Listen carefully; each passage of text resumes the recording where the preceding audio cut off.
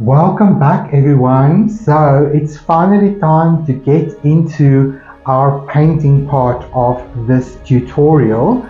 So I want you to grab your printed out reference material, and if you haven't gotten your reference material yet, just look at the description of this video. There's some links for you. It's on my link tree. You will see this image over there, and click on that image, and this image will open for you on my website, and then you can download it or screenshot it, whichever you prefer, and just print it out for yourself so that we can work from the same reference material. Now, while we talk about reference material, I know I'm going to guide you into this painting. So from the very beginning, I want to just reiterate, it is not about recreating this and making a photocopy of this in your art. If you want to copy every detail that you see here, please be my guest and enjoy. And I'm going to try and represent it as best as I can in a way that will actually teach you some skill in painting. But if you want to paint a different snake, if you want to just paint a two-dimensional snake and play with some of these colors and ideas, please go for it. It is not about recreating this, but I am going to guide you step by step through all of your color choices and brush marks. So relax, don't stress. I'm not going to give you marks for your end product. It's not a test, it's not a competition. The only thing that I want you to become aware of while engaging in this process is your own internal landscape. Listen to whatever comes up for you. Is it that critical nanny voice that is saying, oh, that line is skew, it doesn't look like Gideon's? That is the critical nanny voice that is constantly active in our minds, and it sounds different for all of us, and it usually has the voice of one of the most critical people that you've had in your life during your growing phase, from the age of being born to round about the age 7, and usually it's our mother or a nanny or some kind of person that was responsible or part of your education as you grew up. And if they were overly criticizing you, then you sort of tend to sort of record that voice in your head. And now as an adult, you might still have this little voice in your head that's telling you you're not good enough. And I want you to be aware of that, because that is also not true. That is, and if you listen to that voice, it's giving your power away, right? So becoming aware of that critical nanny voice is what this exercise is all about, and it's part of, and I want you to check in with yourself during the process and just see, are you becoming negative? Are you becoming frustrated? Do you want to give up? Are you procrastinating to get into the next lesson? What is showing up for you? That's the whole point of creative coaching, to get to know yourself a little bit better and to be honest about these feelings and or habits or ways that you respond to new challenges. And this is supposed to simulate that for you, a new challenge, something you've never painted before. So yes, it looks complicated and it looks challenging. That's the whole point. I've never painted this as well. So I'm going through the whole experience along with you, and making choices throughout the painting process and seeing what results that will deliver is what this is going to be all about. So just know that this will show up for you, and give yourself a bit of a break. When it starts to feel a bit complicated, don't abandon ship, but just give me your best. And as you continue with creative coaching with me, and we paint more subjects and more symbols, the more you paint, the more you play, the better you will get at it. It's the same with anything in life that is worth doing. If you've never done it before, don't expect a Picasso masterpiece at the end of this class. Expect the you version of this masterclass. That is what you should expect. So adjust your expectations as to the end result and constantly check in with yourself. Okay, so what will we need to get into this journey after you've printed out your reference material? You can go about this in two ways. You can either print your reference material to match your canvas. If you're going to paint on a 30 by 30 centimeter canvas like me, I will suggest then that you print this out on an A3 sheet of paper, because then this will basically fit your canvas. But I want to show you my method of working as well. I usually print my reference material on an A4. It's more affordable, and then I will upscale it and make it a little bit bigger on the canvas. So I'm going to show you exactly how to do that. Now, what you're going to need is your reference material, some chalk and a ruler. And this is just one of those white chalk pencils that you get in your drawing kits. You can also just use ordinary whiteboard chalk, or even a watercolor pencil. That will also do fine, because you were able to see it on the black background.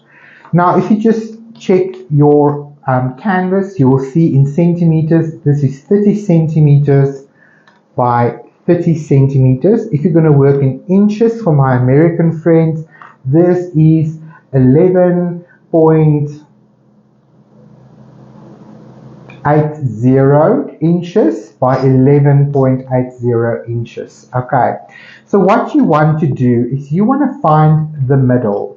Now, it's quicker for me in centimeters because I'm used to doing this in centimeters.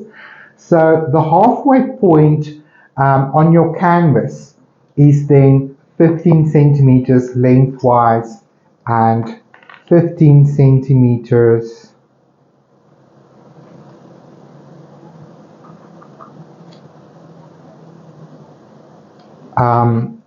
vertically. Sorry, I was concentrating on numbers. Me and numbers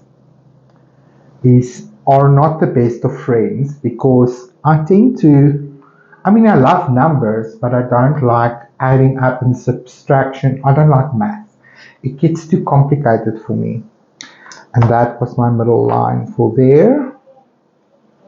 So why we do this is, and this is also the reason why I like to paint on a square canvas, it just makes math a lot easier, especially for me as your coach, so that I don't start babbling and making awful mistakes and so forth. Anyway, enough about me. What you need now is just to find the middle point of your canvas, and this is the point of this exercise. So measure your canvas, find the middle point, do a vertical and a horizontal line, and you will find the middle point of your canvas. Right, the next step is to take your printed out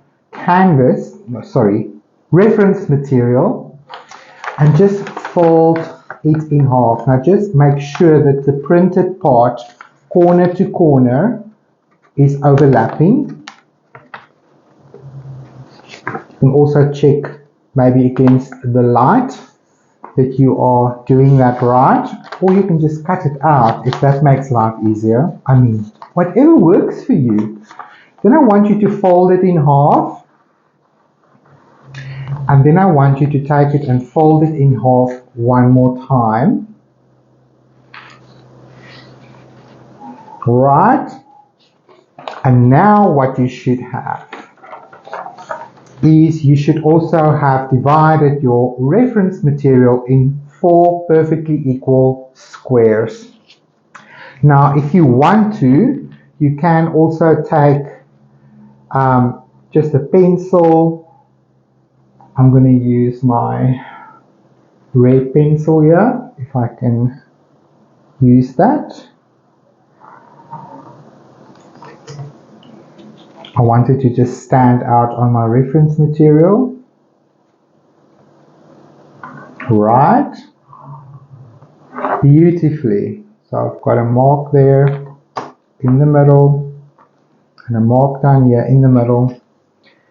Right, so now, that was a bit skew. Let me just try that again. My pencil is not very sharp, so it's going to be a broad line, but it's okay. It's just an estimation. What I have is square number 1, 2, 3, 4. Okay? Now, if you look at this carefully, you will notice that the middle line of this reference material, the snake, is not perfectly centered. It's just a bit off center. And it's interesting then to take note of what of our image appears in which quadrant. Say that fast 6 times after each other. So we notice what part of the snake and the image lies in which quadrant. That sounds better. And this will help us then to see where a line begins and where a line ends, basically. So if we're going to draw this in on our canvas, then it's a lot easier to find our place in the same sort of space on the canvas. But right now, we're really going to make this beginner friendly. I don't even want you to focus on the snake or the elixir bottle or the amethyst stones. I want you to pay attention only to the nebula space cloud that we have in the background. Okay, so what I like to do is just to follow along. Let me move my beautiful plant out of the way. Just follow along and look at the outline of this nebula. And on this side, we basically have 1, 2, 3 kind of shapes. So this is the thing that I like to teach my clients. I don't want you to look at objects. I want you to begin to train yourself to look at shapes. If you had to just look at this one part of this space nebula cloud here behind the snake, you notice that you have this almost like an M shape that you have here. That's all you sort of have to notice. So then you have a better idea of sort of what shape of line you need to try and find on your own canvas. And again, make it your own. This is just a suggestion. So we notice that this nebula cloud behind the snake goes up slightly here, slightly straight in, and I'm just following the outline and I'm trying to mimic it as best I can. And it comes up and down, almost like a little bit of a puzzle piece. Do you see that? So I make mine a little bit more straight, but it's just to find the position of this shape we're going to be painting on our canvas. That's all. Let's look at the second quadrant at the top. So we notice it came in a little bit here in this quadrant, going up, basically on the same height as the other side, coming down, up, and a little bit square, coming in, around, and around we go. And that's basically the first half of the nebula already plotted on our canvas. Let's look at the third quadrant at the bottom. So it's come in a little bit here. We're looking for, I know there's lots of colors and shape. Don't look at the detail. Just find the outline of this cloud and try to just put it down. My light is shining a little bit as best as you can. Going up slightly a little bit here, up again, and then it disappears behind the snake. So who knows?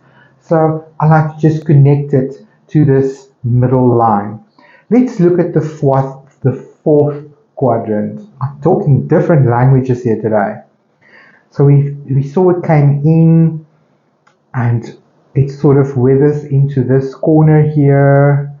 This is sort of the part of the nebula where it's going to disappear off into space a little bit, and it comes again connecting with the snake. So my guess is it's basically something like that. The whole snake is going to sit on this part of the canvas, so it's not really that important exactly what it looks like.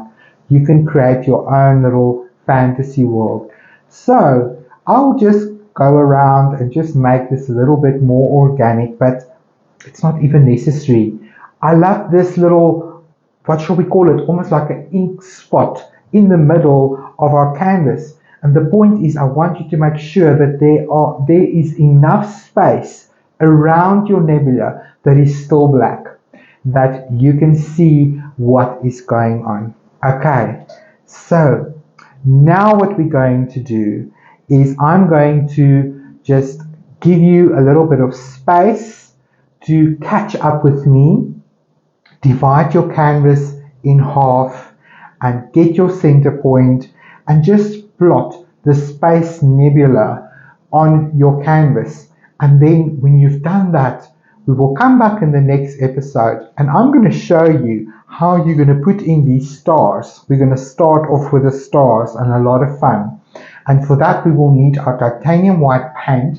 Now I want you to try and get white acrylic ink, or if you have Tipex or a correction pen. In South Africa we call it Tipex. Overseas it might be a correction pen. It really is white acrylic paint that is in there, but it's really, really opaque, especially the ones with a fine nib. That's the one, not the one with a brush or the one with a little long flat thingy. You need something with a fine point.